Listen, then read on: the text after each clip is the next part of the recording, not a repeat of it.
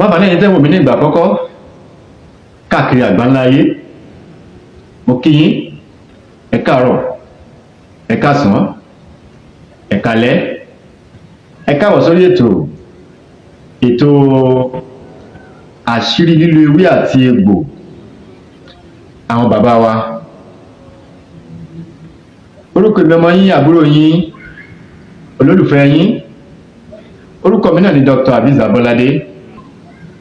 Ìwọ̀nba tó kù tọ́ ni wọ́n fi parí ìta létà àbálọ́dún parí àtẹ̀wá lọ́wọ́ agbára Elédùmarè.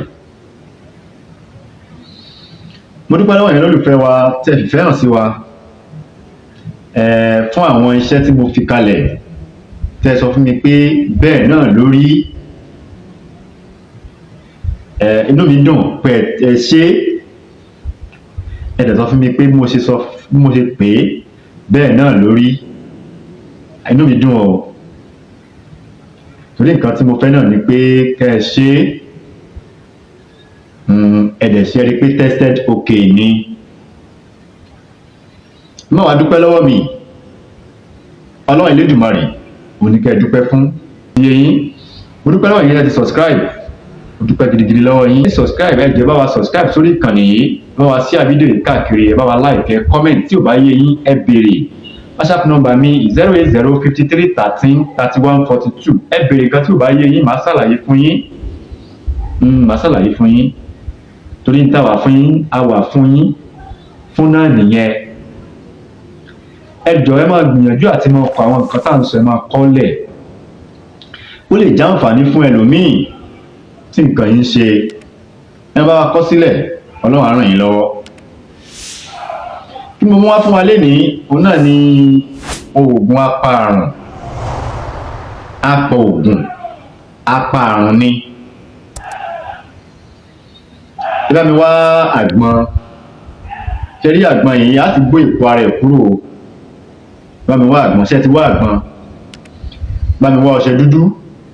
Tó ti yé yín, ṣé rí ọṣẹ dúdú ẹ jẹ́ ká gún, ká fomi dẹ̀, ká gún kó kúnná, ká wá lẹ̀ mọ́, ká fi kọ́bà àgbọn yìí, ká fi kọ́bà àgbọn.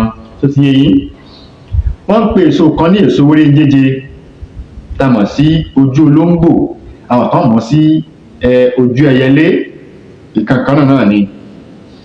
Ṣé rí ojú olóńgbò á lẹ̀ mọ́ ara ọṣẹ yìí ni, tó ti yé yín. Àgbọn tá a fi ọṣẹ bò lára, tá a ti fi ọṣẹ yẹn bò, a wá fi ojú olóńgbò yẹn á lẹ̀ mọ́, a ní lọ́ o, á lẹ̀ mọ́ lára, tó ti yé yín. A fi ọṣẹ yẹn yí tí ó wà ní ara rẹ̀ káàkiri,